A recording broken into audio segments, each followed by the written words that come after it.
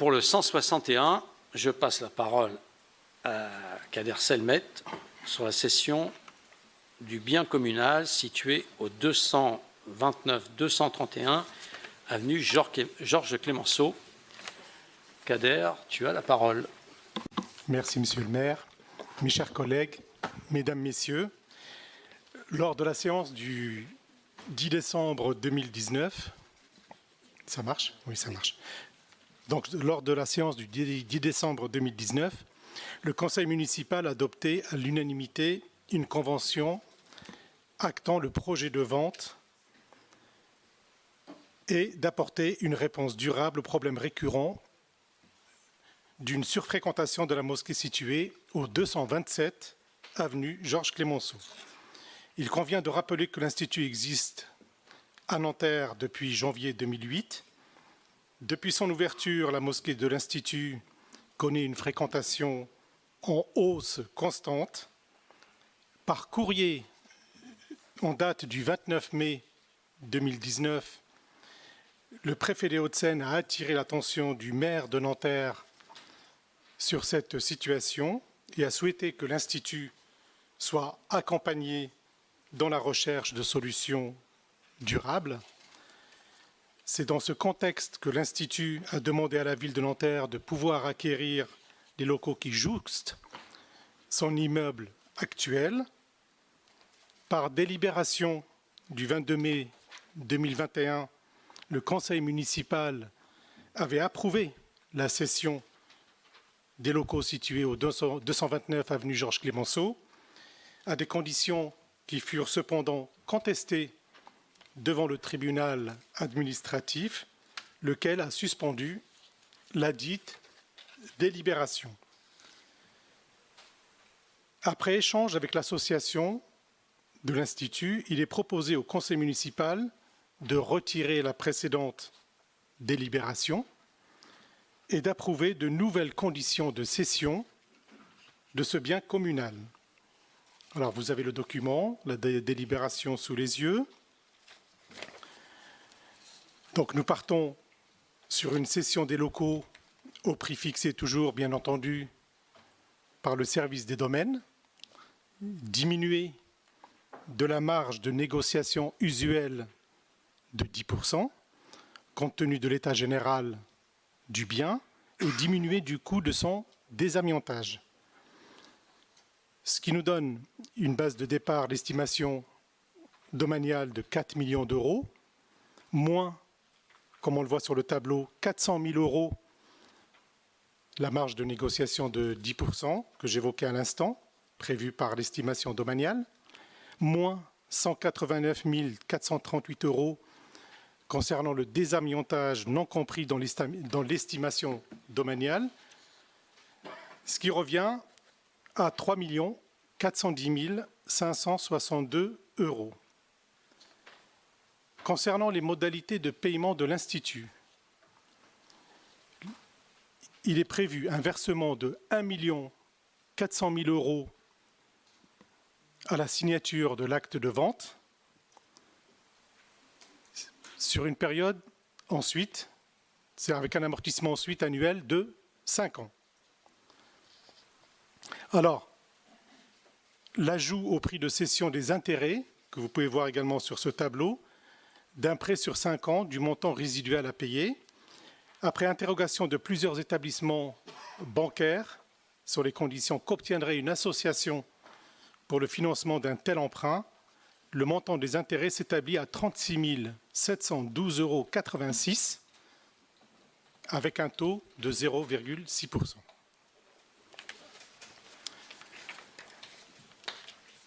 Voilà, donc vous avez tout sur la délibération ensuite et je vous demande, on peut commencer l'échange et puis ensuite d'autoriser Monsieur le maire à signer les actes notariés. Merci. Alors, est-ce qu'il y a des interventions? Alors, Monsieur Adam, oui. Monsieur le maire, mesdames et messieurs les élus, nous voici de nouveau devant le sujet de la fourniture et du financement des lieux de culte de nos compatriotes de confession musulmane. Et comme vous, nous partageons la conviction que notre République et notre ville doit offrir des lieux de culte à des conditions de prière dignes, égales entre tous les cultes et toutes les religions monothéistes. C'est d'autant plus vrai pour nos compatriotes musulmans qui, pour des raisons historiques que nous connaissons, ont moins bénéficié de cet accès aux lieux de culte. Et oui, il y a un réel besoin de lieux de culte musulmans à Nanterre et dans la commune alentour. Et oui, nous soutenons ce besoin et nous souhaitons qu'il soit rapidement qu'il soit rapidement comblé. Mais afin d'assurer la plus stricte égalité entre les différents cultes et des établissements aussi au sein de chacun de ces cultes, nous avions interrogé lors de la délibération de février dernier, non pas le principe de l'extension de ce lieu de culte, mais bien des modalités qui étaient affectées à la cession de ce bien de la mairie. Nous souhaitions qu'un tel dossier soit irréprochable précisément pour éviter toute polémique sur ce qui était considéré par certains observateurs comme un avantage parfois qui n'a pas pu être offert à d'autres lieux de culte notamment, puisque nous parlons d'une cession. Alors, nous répétons nos interrogations, nous en avons 3. Vous parlez à juste titre du besoin de lieux de culte musulmans dans les communes du POLD. Alors, avez-vous entrepris un dialogue avec les communes du POLD pour assurer et constituer une offre cohérente et bien répartie des lieux de culte à nos compatriotes de confession musulmane, puisque les fidèles qui se rendent à ce lieu de culte, comme d'ailleurs d'autres lieux de culte à Nanterre, ne sont pas seulement nantériens, ils viennent aussi d'autres communes. Nous notons aussi que la mairie n'a pas chiffré le besoin ou en tout cas les besoins de ce lieu de culte en termes de fréquentation. Donc première question, quelle articulation par rapport aux communes voisines? Deuxième question, sur Nanterre, quel est votre plan sur la mandature pour l'accueil des cultes et en particulier pour assurer aux musulmans de Nanterre des lieux de culte décents? Quelle articulation voyez-vous entre ce projet et l'inauguration récente, par exemple, de la mosquée de l'émir Abdelkader, faite en présence notamment du consul de la République populaire d'Algérie et de l'ambassadeur d'Arabie Saoudite? Quelle solution proposez-vous pour la mosquée du foyer du chemin de Lille? Question d'ailleurs qui a été évoquée pas plus tard qu'il y a quelques jours lors du conseil de quartier du chemin de Lille et qui reste sans réponse. Et êtes-vous prêt à offrir les mêmes conditions à tous les établissements cultuels de Nanterre que celles que vous proposez? Donc, réponse dans le POLD, réponse à Nanterre, et puis nous revenons à nos questions sur les conditions de cession de ce bien qui interrogent. Les coûts des travaux qui sont avancés ont évolué depuis la dernière délibération. Qu'est-ce qui justifie un coût des travaux sur cette évolution? Pourquoi proposer un paiement en 5 années? Est-ce que c'est le rôle de notre mairie, dans les faits, de prêter avec intérêt de l'argent à une association cultuelle? Quelle équité avec les autres lieux de culte musulmans? Nous y revenons.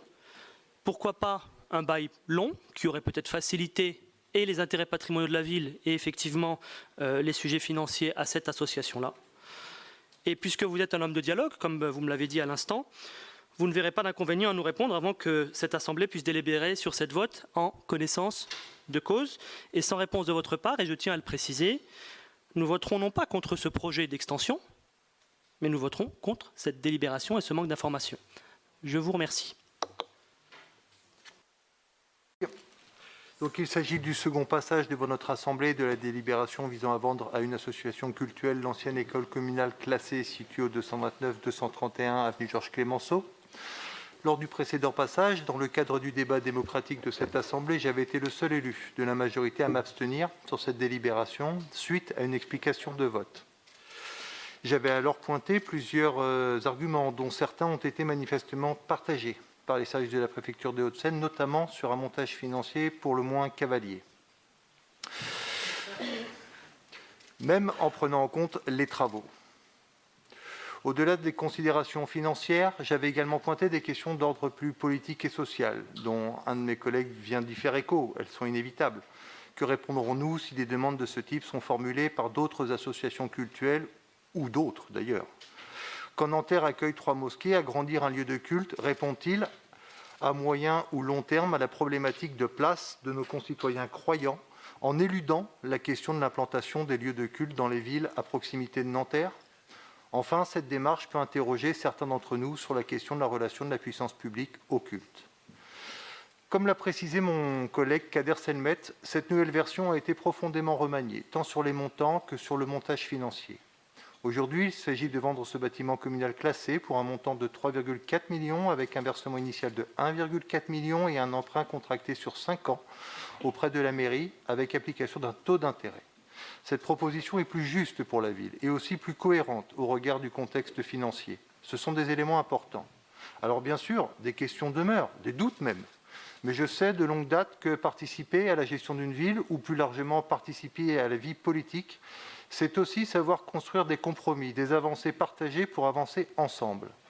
C'est pourquoi, au regard des nouveaux éléments apportés et des différents échanges que j'ai pu avoir avec un certain nombre d'entre vous, je vais voter favorablement cette délibération en espérant que l'avenir confortera nos choix. Je vous remercie. Monsieur le maire, mesdames et messieurs les élus, chers collègues, la suspension de la précédente délibération sur cette vente et la nouvelle délibération présentée aujourd'hui confirme selon nous une chose, c'est que vous avez délibérément cherché à vendre au rabais l'école à l'Institut pour honorer une promesse sans doute électorale et se faire, quitte à flouer l'ensemble des Nantériens en fait, qui sont concernés. Les points que nous avions soulevés lors de la précédente délibération étaient donc justes et nous nous réjouissons aujourd'hui de ne pas vous avoir suivis, au contraire d'avoir dénoncé ce nouveau montage, une nouvelle manipulation un peu grossier. Nous restons toutefois amers car la victime dans cette histoire, c'est bien l'Institut Ben Badis qui a cru en vos promesses et que c'est bien vous, malgré tout ce que vous pouvez raconter, qui portez la responsabilité de cela aujourd'hui. Nous réitérons une nouvelle fois, comme nous l'avons toujours dit et voté le 10 décembre 2019, notre soutien total à ce projet pour que l'Institut puisse assurer au public et à tous ses fidèles des conditions de sécurité et d'accueil suffisantes. Cela étant dit, si nous prenons acte de la réévaluation aujourd'hui du prix de vente proposé dans la délibération, nous sommes toujours surpris par 2 points. Le premier, que vous accordiez de nouveau un rabais de 10% sur l'estimation de France Domaine à 4 millions. Vous en avez certes la possibilité, mais cela reste très contestable dans l'esprit quand on sait que les estimations de France Domaine sont déjà plutôt basses. Mais enfin et surtout, nous sommes surpris, nous contestons les modalités de paiement proposées, une collectivité ne pouvant, selon nous, s'adonner à des pratiques bancaires de financement. En conséquence, nous vous demandons aujourd'hui de procéder à 2 votes distincts dans le cadre de cette délibération. Un premier vote sur la vente et un deuxième vote sur les modalités de financement et de paiement. Et en fonction de votre réponse, nous déciderons de notre vote. Je vous remercie. Monsieur le maire, mes chers collègues, donc le deuxième passage pour cette délibération, je vais être très précis et pas trop long. Je pense qu'au-delà du volet financier qui apparemment gêne beaucoup de gens à juste titre ou à tort ou à raison, puisque après de toute façon il y aura un arbitrage au niveau supérieur. Donc je pense que moi ce qui m'importe le plus en fait, c'est de pouvoir permettre à des gens de pratiquer leur culte et de pouvoir être abrités, voilà, parce que Nanterre abrite aussi les gens, voilà, et que la considération économique elle est très importante, certes, mais après je pense que nous ne sommes pas spécialistes.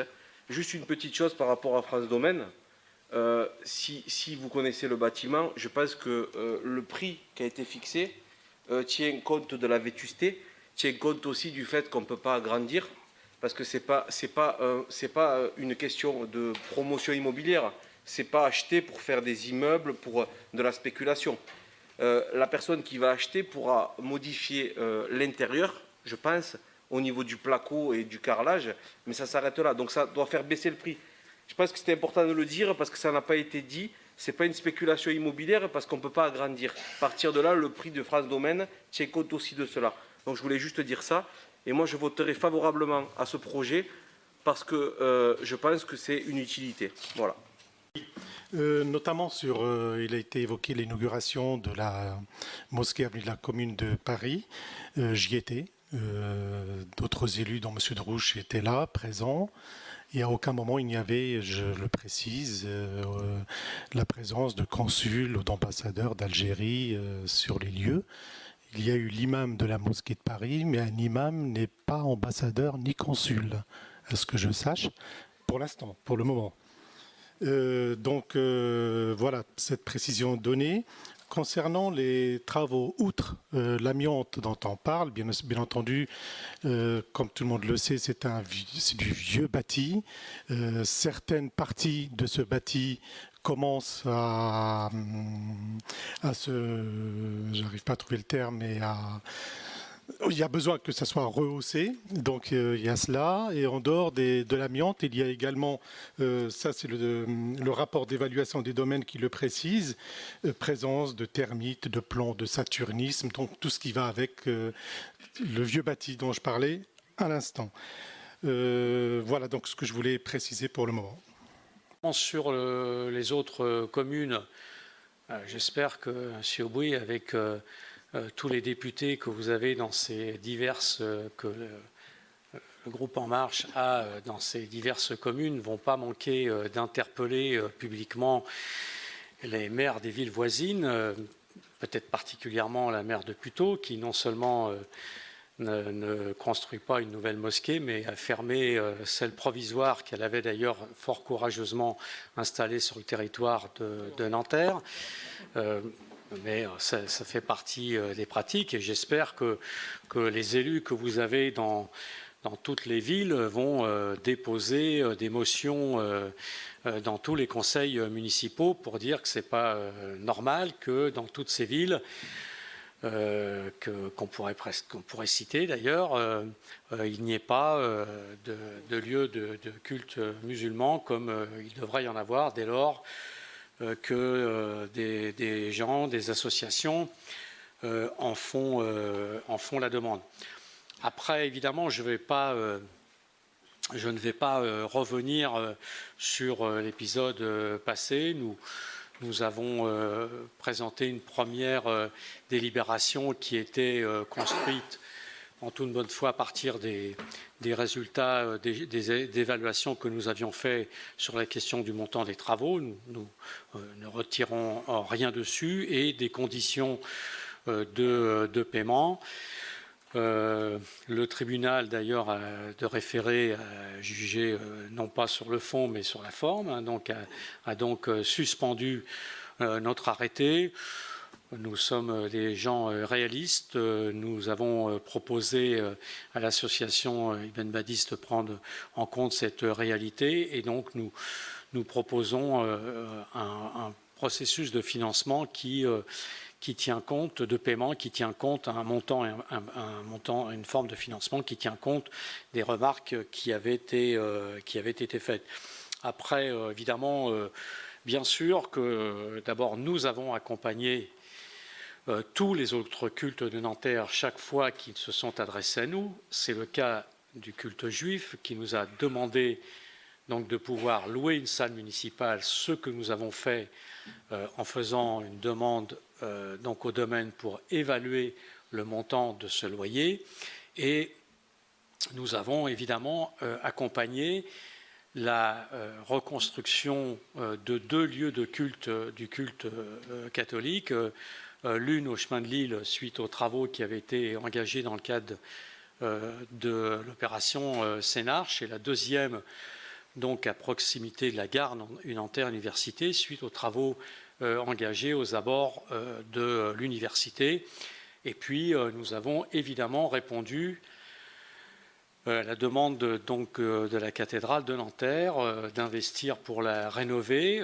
Évidemment, nous sommes propriétaires de ce bâtiment, ce qui est d'ailleurs une anomalie, hein, puisque normalement l'ensemble des cathédrales sont de compétence de l'État et d'ailleurs le refus jusqu'à ce jour de l'État de prendre en compte cette cathédrale comme c'est le cas dans tous les départements de France à l'exception de 2, je crois, montre d'ailleurs du mépris à l'égard de Nanterre et de la communauté catholique de Nanterre. Et évidemment, nous continuerons d'accompagner l'ensemble des cultes qui s'adresseront à nous.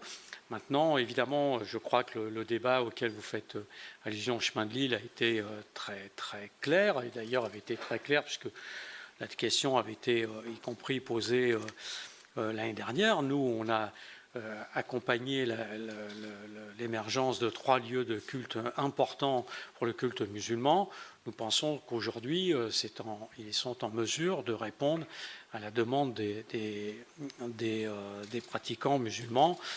Évidemment, pour aucun culte, pas plus pour le culte musulman, il s'agit de construire un édifice par quartier, puisque évidemment on est une ville avec des moyens de transport, avec des dessertes en transport en commun, avec des distances qui sont raisonnables. D'ailleurs, dans chacune des 2 mosquées existantes déjà, que ce soit celle du Petit-Nanterre ou celle située au Petit-Nanterre, comme celle située avenue Georges Clemenceau, des Nantériens habitant la Boule vont au Petit-Nanterre, d'autres habitant le chemin de l'Île vont à celle située avenue de Georges Clemenceau, d'autres habitant Mont-Valérien par choix vont à celle installée avenue de la République. Donc voilà, il y a, comme dans d'autres cultes d'ailleurs, un choix fait par les pratiquants d'allier dans la mosquée qui leur convient, et c'est bien ainsi. Voilà. Alors après, sur la dernière question qui a été posée par M. Ribot, la délibération, elle est unique, elle n'est pas par bout. Est-ce que vous êtes d'accord de vendre donc à l'association Ibn Badis le bâtiment situé avenue Georges Clemenceau aux conditions indiquées dans la délibération, point. Il n'y a pas de chose de principe, alors que vous disiez que pour le principe vous seriez d'accord théoriquement pour évidemment vendre un bâtiment à l'association Ibn Badis, mais que vous ne voulez pas le faire dans ces conditions-là, c'est votre droit, mais la délibération, elle est unique. Donc sur ce, tout le monde s'étant exprimé, je vous propose donc de passer au vote.